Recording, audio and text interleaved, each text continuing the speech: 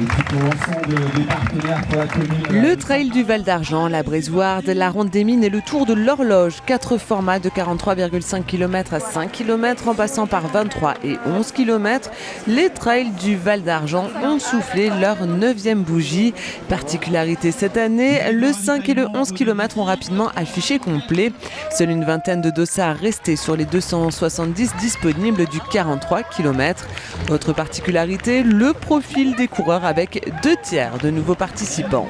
À notre grande joie, on a de plus en plus de la vallée de Sainte-Marie, donc du Val d'Argent, qui participent et qui se sentent investis de venir courir sur nos sentiers. Donc ça nous fait très très plaisir. Et cette année, on a une belle communauté de Belges, une cinquantaine de Belges qui sont venus courir chez nous. Donc, bon, comme d'habitude, un peu d'Allemands, un peu de Suisse, un petit peu de toute la France, une bonne partie du Grand Est quand même. Première victoire pour Hugo Marchal, lui a délaissé la route pour courir version montagne à la maison. Un format 5 km qui lui a permis de sentir la course à pied bien différemment pour s'imposer en 25 minutes 10.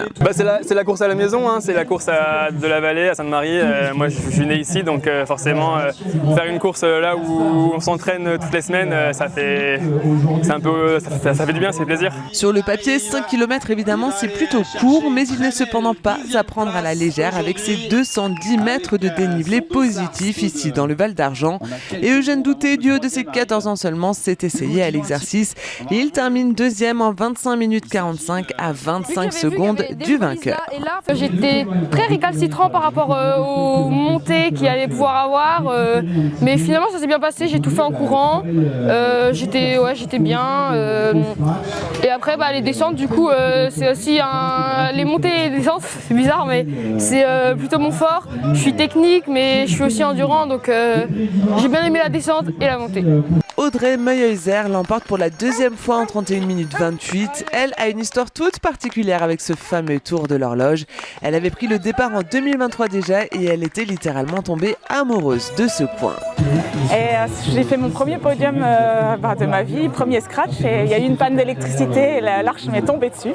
Et du coup, je me suis dit, hop, 2 ans plus tard, je reviens sur le 5. Et puis, je suis de nouveau première avec 2 ans de plus et j'ai pas eu l'arche qui m'est tombée dessus. Donc c'est cool. Noélie Lestin, elle aussi, a fini par succomber au charme du Tour de l'Horloge. Ça fait quelques années que j'hésite à chaque fois et que faute d'entraînement, je le fais pas. Et là, j'ai une amie qui avait un dossard qui s'est blessé.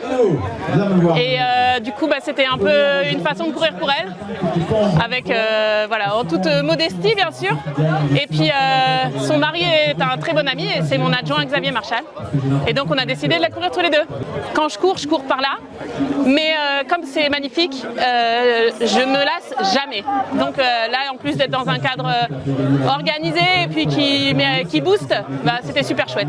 Ils étaient 900 coureurs en tout à prendre le départ de l'un des 4 formats proposés par les trails du Val d'Argent pour cette édition 2026. 2027 sera une année anniversaire. Et quel anniversaire! Celui des 10 ans de cet événement porté par les Valtrotteurs et l'ensemble de ses passionnés. Une édition anniversaire qui se déroulera le samedi 8 mai avec de nombreuses surprises à la clé. 4e féminine et 2e senior, ça s'est tiré la bourre, j'ai l'impression, avec Alice Bottin.